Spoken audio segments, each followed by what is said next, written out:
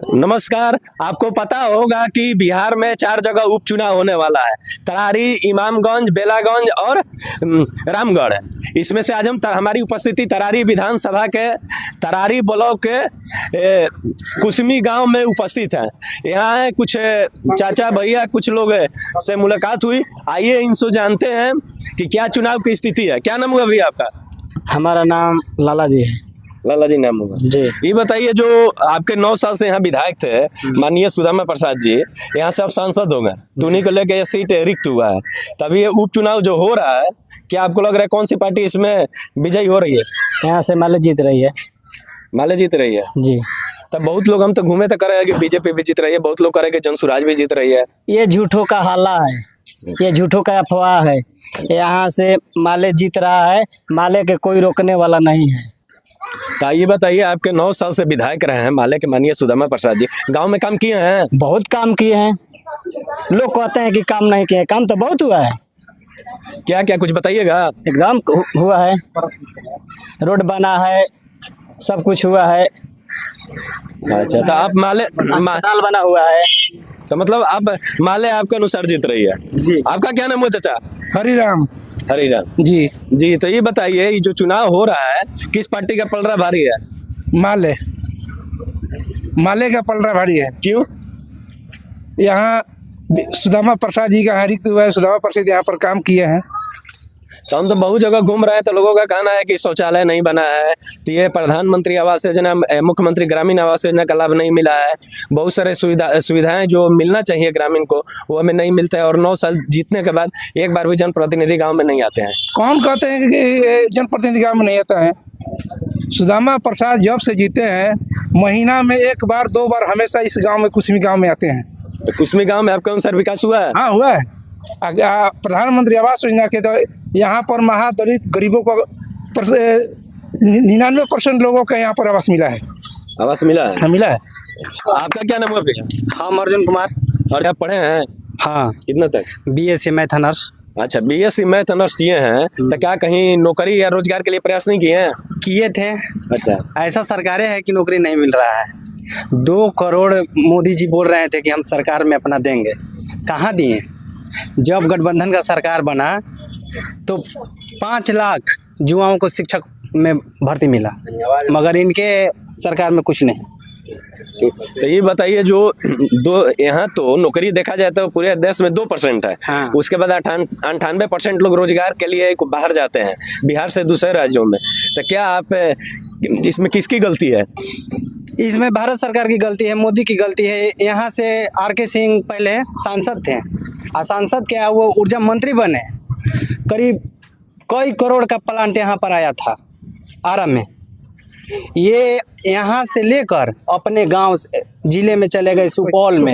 अगर यहाँ पर आरा में लगता तो कितना नौजुवक को उसमें नौकरी मिलता, मगर ये क्या किए, अपने जिला में लेकर चले गए। तो बिहार में बताइए 15 साल लालू जी का शासन रहा। हाँ। 20 साल नीतीश जी का शासन रहा। तो क्या ये लोग चाहते तो बिहार में कंपनी नहीं बैठा सकते थे? बैठा सकते थे, मगर सबसे ज़्यादा अगर भारत में देखा जाए तो सबसे ज़्यादा अगर नौकरी देने वाला योग्यता है तो वो रेलवे है। और रेलवे में इनके समय में हर बार 40,000 50,000 हर साल वैकेंसी आता था, मगर ये मोदी सरकार आए, सफा नौकरियाँ बेच दी हैं। भैया आपका? मेरा नाम चितरंजन गुप्ता है। अच्छा, ये बताइए, अभी उपचुनाव हो रहा है, क्या कि ये तरारी में किसकी पलड़ा भारी लग रही है? अभी तो गठबंधन का ही भारी लग रहा है पलड़ा। गठबंधन का। यहाँ से 9 साल विधायक थे सुदामा प्रसाद जी, तो उनके कुछ कामों को गिनवाइएगा। बहुत काम हुआ है, देख लीजिए, अब लिस्ट निकाल कर देख लीजिए। नहीं तो बताइए अपने गांव के बारे में। नाली हो गया, सामुदायिक भवन हो गया, रोड भी कहीं कहीं बना हुआ है जहाँ खराब है, हॉस्पिटल बना है। फिर से क्या हो, ये आपका सरकारी हॉस्पिटल में आपका एम्बुलेंस नहीं था, उन्हीं का देने का एम्बुलेंस चल रहा है यहाँ तरारी में। बना है जी। क्या नाम हुआ भैया आपका? जयराम। जयराम। हाँ। ये आपके गांव में नली गली बना है? हाँ, बना है। हम तो आए तो देखें कि खुला नली है, कोई नली ढका भी नहीं है, नहीं कोई प्लास्टर हुआ है। ना भी तो वहाँ पर चल देखिए, तब नली बना है। ये तो मुखिया का फंड है ना। अच्छा, मुखिया का फंड है। तो अभी तो आप बोले कि नली गली बना है, नाली गली नहीं, हालांकि हमारे पक्का मकान बनवाए हैं। डिजिटल मीटर जो अभी लग रहा है, बहुत लोग विरोध भी किए थे, महागठबंधन के नेता लोग, और लोग भी विरोध कर रहे हैं, तो क्या डिजिटल मीटर गांव में लगाना सही है कि गलत है? गलत है ना, क्यों? उसमें ज्यादा बिल खाएगा, गरीब कहाँ से भरेगा? 2000 रुपये रिचार्ज नहीं हो पा रहा। नहीं हो पाएगा। ये बताइए, आप युवा हैं, बिहार के 98% युवा जो रोजगार करते हैं या प्राइवेट कंपनियों में कमाते हैं या अपना बिजनेस करते हैं, तो यहाँ के जो युवा हैं बाहर जाके दूसरे राज्यों में कमा रहे हैं, बिहार में ना कोई कंपनी है ना कोई फैक्ट्री है, तो इसके लिए दोषी कौन है? सरकार है, नीतीश कुमार। मतदान करेंगे क्या जात पात पर करेंगे कि विकास पर करेंगे? हम लोग विकास पर वोट करेंगे। विकास पर जो हम लोग को मान सम्मान शान शौकत रखेगा उसको हम लोग वोट देंगे। जो हमको मान सम्मान देगा, हमारे इज्जत आबरू की जो रक्षा करेगा उसको हम लोग वोट देंगे। हम क्या कर रहे थे बाबा? हाँ हम कहे तो नहीं कि ये नीतीश कुमार कह रहा कि 5 डिसमिल जमीन दे, 2 लाख रुपया दे, पक्का मकान दे, आज तक देते बड़े। मुख्यमंत्री महोदय का कहना है कि बिहार में शराबबंदी है, क्या शराबबंदी है? नहीं, ये तो सारा जब ये नीतीश कुमार है, ये अपना घुसपैठी के लेकर पूरा सारा शराब जो 10 रुपए पर मिलता है वो 100 रुपए पर मिलने की काम किया है। डुप्लीकेट शराब भी मिल रहा है, उन्हीं के चलते डुप्लीकेट शराब भी कितने आदमी मर भी रहे हैं। पहले जो आराम से जाकर आदमी भट्टी पर लेकर पीते थे, अब देख लीजिए गरीब बढ़िया बढ़िया लोग नहीं धरा रहे हैं, जो बेचारा गरीब आदमी है उन्हीं को पुलिस पकड़ के ले जा रहा है। बढ़िया बढ़िया आदमी है गाड़ी पे बैठते बैठते छोड़ दे रहा है प्रशासन, आपका जो गरीब आदमी है उसको ले जाके उसको 6,6500 रुपए का फाइन मार रहा है। तो ये बिहार सरकार के द्वारा कहा जा रहा है कि सुशासन की सरकार है, क्या सुशासन की सरकार नहीं है? सुशासन का नहीं है, राक्षस का सरकार है। किसी कहते हैं कि हम दारू बंद कर दे रहे हैं, दारू बंद नहीं हुआ है, दारू बहुत चल रहा है। कोई सा गाँव में जो दारू नहीं मिल रहा है। सरकारी दारू बेचाता था तो भारत सरकार के कमीशन जाता था ना, बिहार सरकार के कमीशन जाता था ना। अब ऐसे जब चिपका बेचा रहा है तो उस सरकार के बगल मुख्यमंत्री जी के बगली में जा रहा है ना पैसा। जो चिपके बेचा रहा है तो पैसा जा रहा है नीतीश जी के पॉकेट में जा रहा है। आज 6,000 रुपया गरीब गुरबा धरा के जाते हैं तो भी पैसा जाता है नीतीश जी के पॉकेट में, और नीतीश जी कहते हैं कि हम दारू बंद करवा दिए हैं। यही तो सरकार है डबल इंजन की बिहार में। ये सुदामा प्रसाद जीत कर गए हैं गरीब के लिए, जो कि स्मार्ट मीटर के लिए सवाल उठाए, सारा इंडिया के लेकर सवाल उठाए, गरीब के लिए बहुत सवाल उठा रहे हैं। क्या नाम अभी आपका? कौन से? ये बताइए, अभी जो माले के विधायक थे सुदामा प्रसाद जी, ये सांसद बन गए तो सीट खाली है, तो ये उपचुनाव हो रहा है, क्या माहौल है अभी उपचुनाव का? अब देखिए माहौल वही है, यहाँ मान के चले के माले के भी है, भाजपा के भी है, लेकिन उसी में देखना है कि विकास कौन करेंगे। 9 साल सुदामा प्रसाद जी रहे हैं, अभी तो यहाँ कुछ नहीं दिखा है 9 साल में। अब आगे अब देखिए क्या हो रहा है।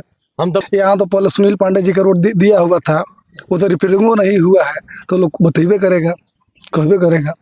तभी कहने का मतलब है कि जो आपके 9 साल से विधायक थे वो कोई काम नहीं किए हैं। अभी यहाँ कुछ काम नहीं हुआ है। गाँव की स्थिति क्या है? तो गांव की स्थिति देखिए, यहाँ से इटमा तक जाने में क्या स्थिति है कि आधा घंटा लगता है इटमा जाने में, साइकिल या मोटरसाइकिल या गाड़ी से।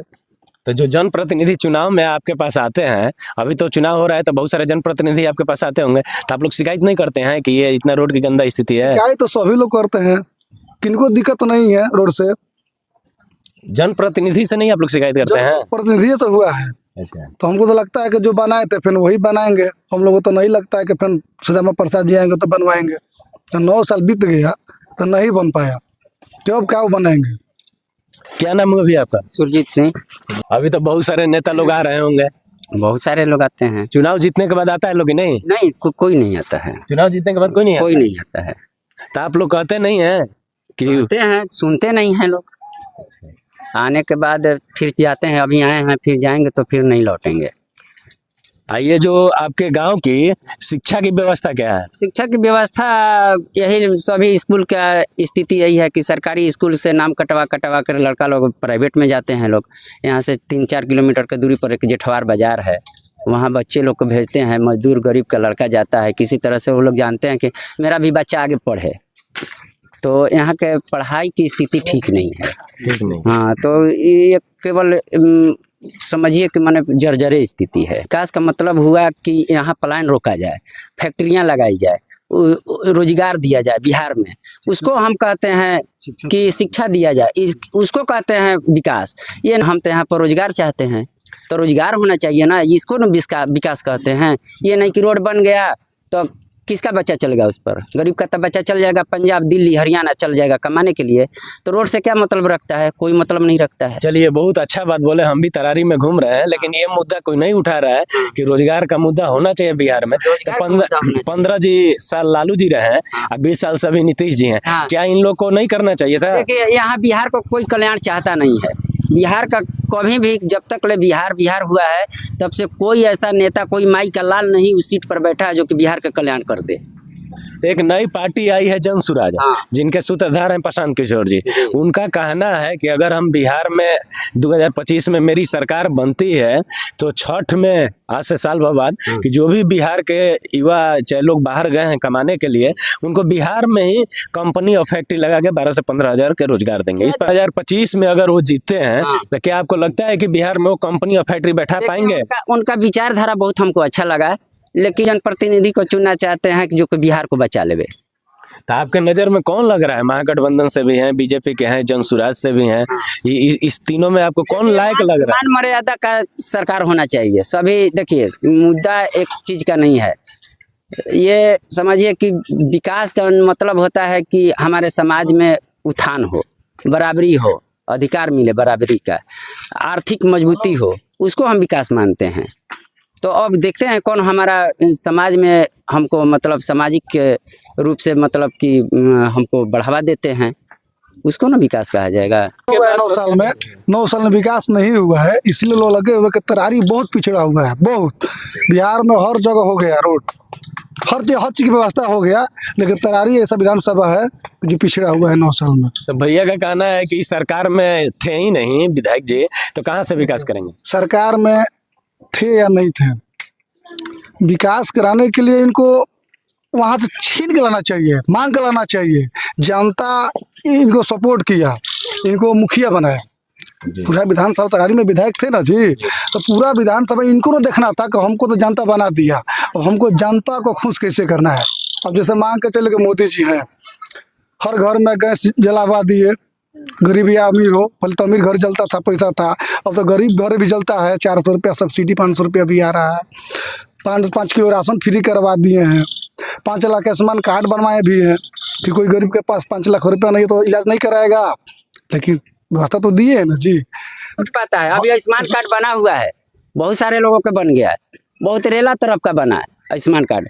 लेकिन अभी हमारे फिलहाल घर में एक बुजुर्ग औरत थी, उनको आयुष्मान कार्ड लेकर के दौड़ते चले, बोल रहे हैं कि हमारा इसका टैग नहीं है, उससे हमारा नहीं हो पाएगा आपको। हम आयुष्मान कार्ड बना हुआ है कि कौन सा डॉक्टरी में लिस्ट टंगा हुआ है, बना हुआ है। कहाँ जाएंगे लोग, कौन डॉक्टरी को हम लोग खोजते चलेंगे, कहाँ लिस्ट बना है? इस जब सभी तरह के जो भैये है कि 5 लाख रुपया का आपका मुफ्त इलाज किया जाएगा, तो वो लोग बोलते हैं कि नहीं टैग नहीं मिला है, हमको टैग नहीं मिला है। कितना हॉस्पिटल में 28 से कितना तो मैंने लमसम हॉस्पिटल में दिया गया है। अरे देखिए, सरकार सब योजना पास करती है, धरातल पर लाती नहीं है। गाँव में जा रहा है तो देख रहे हैं कि गांव का गांव खाली है, केवल लेडीज मिल रही है। रोड बन रहा है ना, इसलिए बन रहा है कि जितना जल्दी हो सके यहाँ से बिहार के लोग, बिहार के नौजवान जल्दी से पलायन कर जाए, इसीलिए रोड बन रहा है। तो यही नई पार्टी आई है जन सुराज, उनका कहना है कि अगर मेरी सत्ता आती है तो बिहार के युवाओं को हम पलायन को रोकेंगे। ठीक है, रोकेंगे, देखते हैं कितना उनका सफल होता है, देखते हैं कितना सफल होता है। अच्छी मुद्दा लेकर आया, ये हम बता रहे हैं आपको, ये बार बार मैं बोल रहा हूँ। जन स्वराज पार्टी का जो मुद्दा है बहुत अच्छा मुद्दा है। उनकी प्रतिनिधि जो आई थी तो वो भी बहुत हमारे गांव में भी आई थी, तो वो इस बात को रखी और हमें अच्छा लगा और सभी लोगों को अच्छा लगा। उन्हीं को वोट दीजिए, या कोई भी प्रतिनिधि हो जो विकास करने वाले हैं उन्हीं को दीजिए। 5 साल के बाद तो हर चुनाव आइए रहा है, तो उसको बदलाव देखते रहिए कि 5 साल दिए तो किए कि नहीं किए, फिर अगला 5 वर्ष के बाद उनको देखिए कि क्या किए हैं।